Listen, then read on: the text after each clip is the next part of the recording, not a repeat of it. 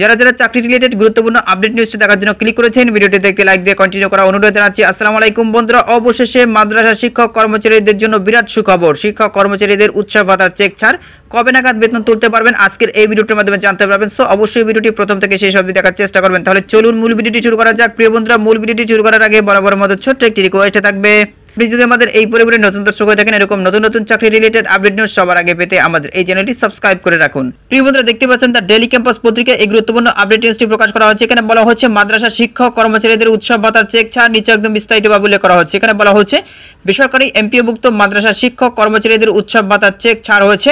রবিবারের পর সংশ্লিষ্ট ব্যাংক থেকে এই টাকা উত্তোলন করতে পারবেন মাদ্রাসা শিক্ষক কর্মচারীরা।